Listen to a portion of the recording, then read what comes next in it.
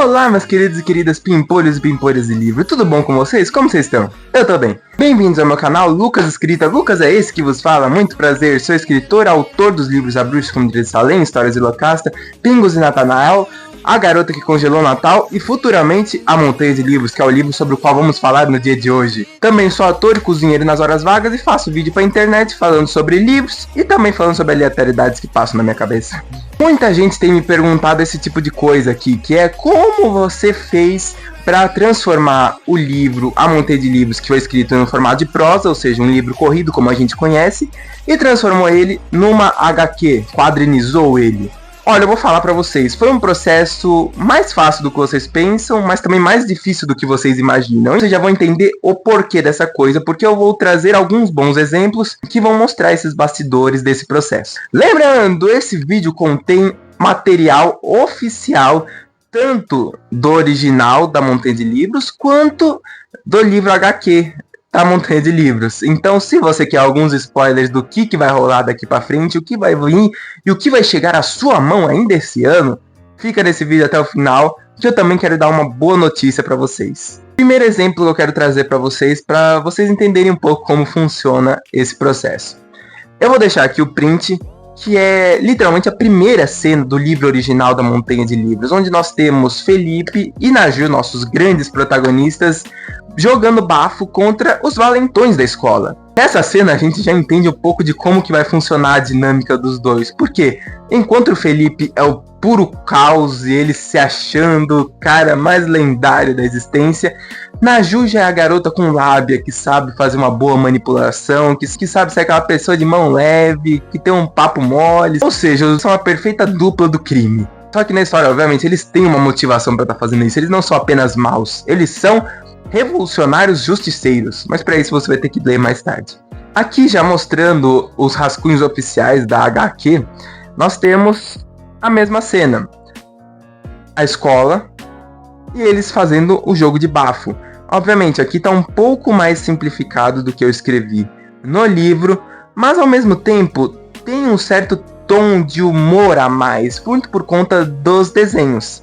Mas exatamente como acontece, eles se gabam de serem os melhores jogadores de bafo e no final, aqui eles descobrem que os valentões descobrem na verdade que eles estavam usando chiclete na mão esse tempo todo para roubar as cartinhas de Pokémon. Inclusive você vai ver tanto no livro original quanto na HQ que eu gosto muito de fazer esse tipo de zoeira, mostrando a parte, fazendo referências com nomes originais de uma forma completamente zoada. Eu aprendi isso com Turma da Mônica. Esse é um exemplo de cena que ficou basicamente exatamente igual à cena do livro corrido. Por quê?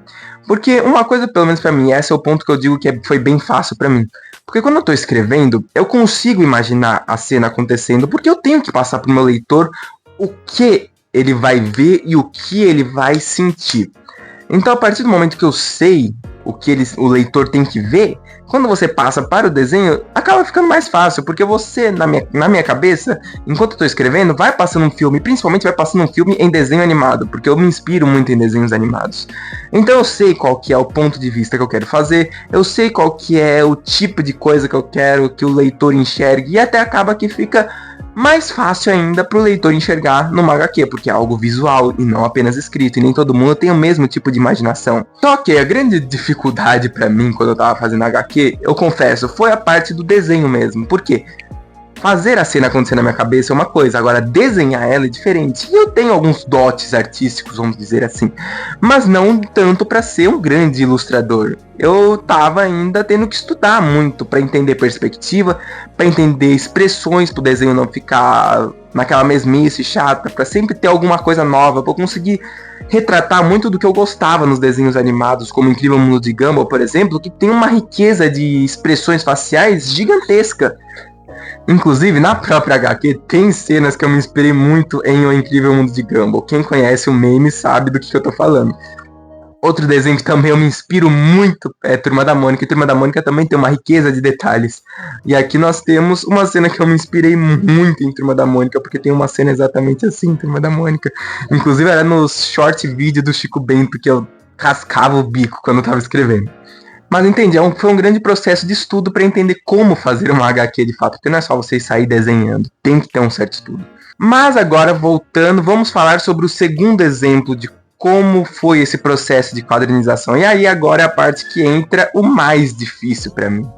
Aqui está o print, novamente, se você quiser dar uma pausa para entender o que está escrito, fique à vontade. Mas dando um pequeno sinopse do que está acontecendo, nós temos uma parte onde a turma chega em um lugar meio onírico, meio pesadelo, que te faz sentir nostalgia, mas ao mesmo tempo faz com que, como se o tempo e o espaço tivessem uma grande geleia.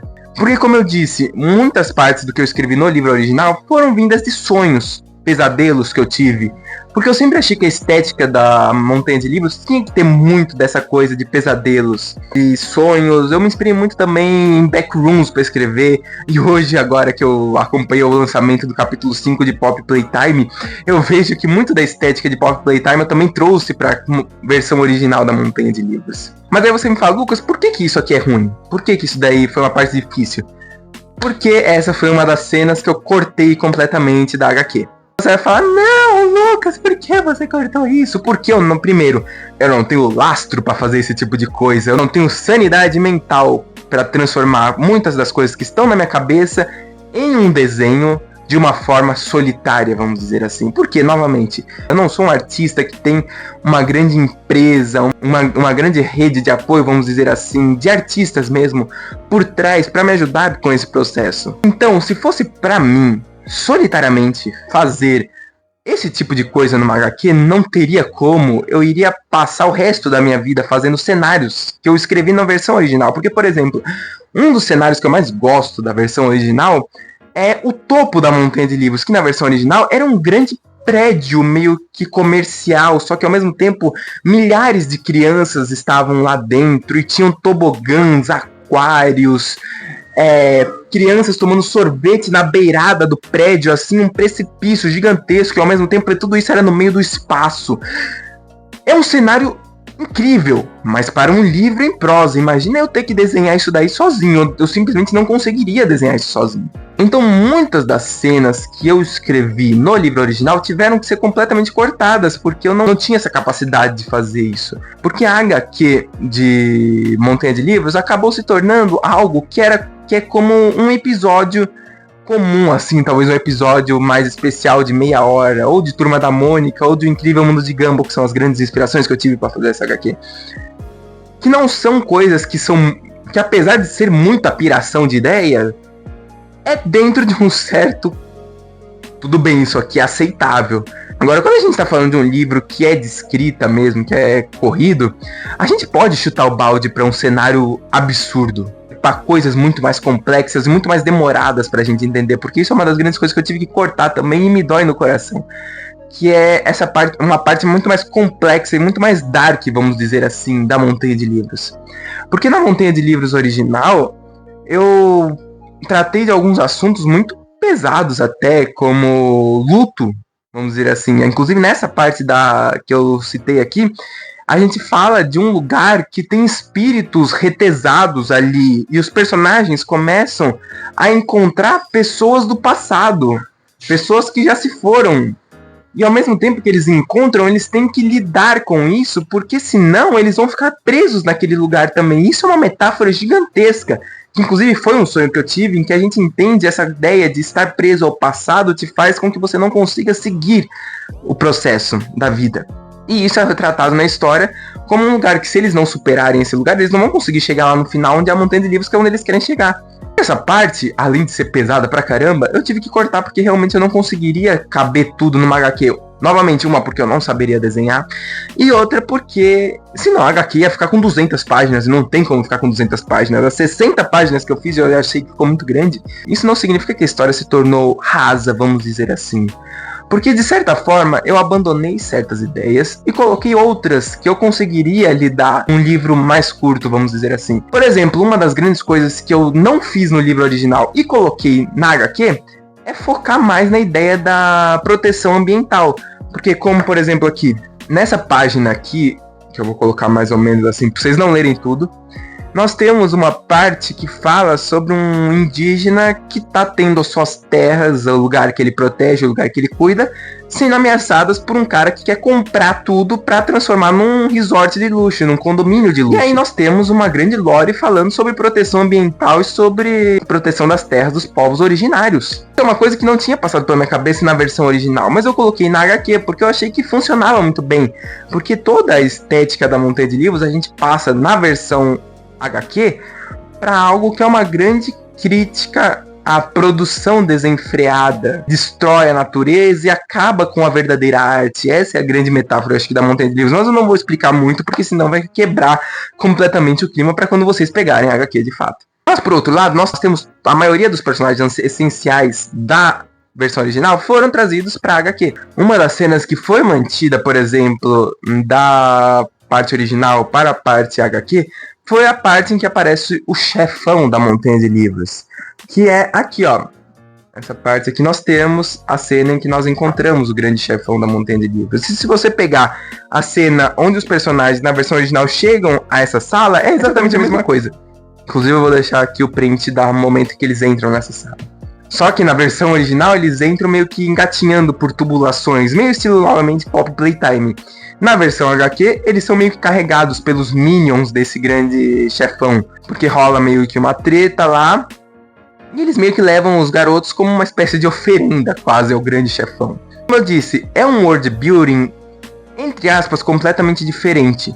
Porque, inclusive, até uma grande comparação que eu posso dar pra vocês agora que eu tô vendo, eu tava vendo essa semana a grande diferença do storyboard de Zootopia pra versão que foi pros cinemas. A versão que tava no storyboard, a versão original, que passou por muitas modificações, era completamente dark, era completamente um negócio muito mais pesado, que inclusive até fez muitas crianças chorarem enquanto assistiam esse filme. E eu consigo entender que a versão original de A Montanha de Livros também era nesse pique, era uma coisa muito mais dark das ideias, é uma coisa que realmente é um livro de alta fantasia, que nós temos metáforas gigantescas para críticas sociais da sociedade, que realmente tinham pontos muito pesados até.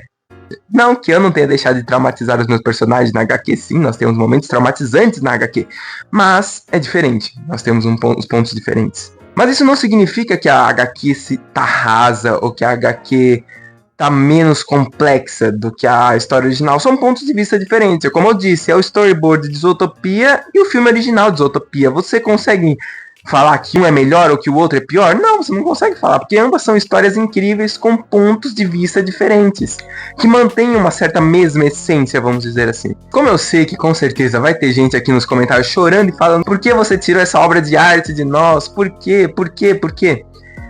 Eu venho com uma proposta nesse vídeo pra vocês. A história da Montanha de Livros original não é canônica no universo que eu crio. Ela não vai ser mais canônica, ela não vai mais ser usada, ela é apenas, vamos dizer, uma fanfic muito bem feita, vamos dizer assim, que foi extremamente essencial para eu criar a base da Montanha de Livros HQ. Só que, como eu realmente tive muito tempo, passei muito tempo fazendo essa HQ, eu pergunto pra vocês, passei muito tempo fazendo esse livro, eu pergunto pra vocês, se vocês tiverem interesse, vocês querem que eu publique a versão original da Montanha de Livros? Ela não vai ser oficial, ela não vai ser canônica no universo que eu crio, porque sim, primeiramente, coisa que vocês têm que entender, todas as histórias que eu crio estão interligadas de alguma forma.